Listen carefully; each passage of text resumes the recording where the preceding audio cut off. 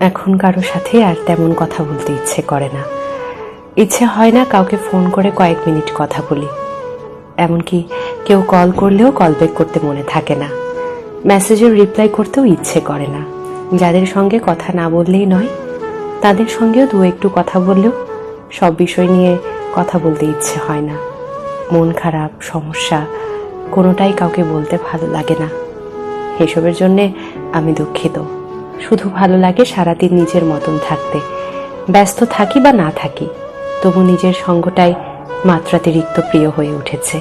যেই সঙ্গীহীনতায় একটা সময় আমার মন খারাপ হতো, মনে হতো আমিই যেন দুনিয়ার সবচেয়ে একলা অসহায় মানুষ। সেই খারাপ লাগা, সে একাকিত্ব আজ যেন সব থেকে বেশি প্রিয় হয়ে উঠেছে। এখন অমুক বন্ধু খোঁজ না নিলেও আর খারাপ লাগে না। কেউ ভুল বুঝলেও নিজেকে আর প্রমাণ করতে ভালো লাগে না। যারা আমার উপর অভিমান রাখেন কিংবা ভুল বোঝেন, আমি দুঃখিত। আমি নিজের ইচ্ছের বিরুদ্ধে কারোর সাথে কথা বা সম্পর্ক কোনোটাই আপাতত রাখতে পারছি না।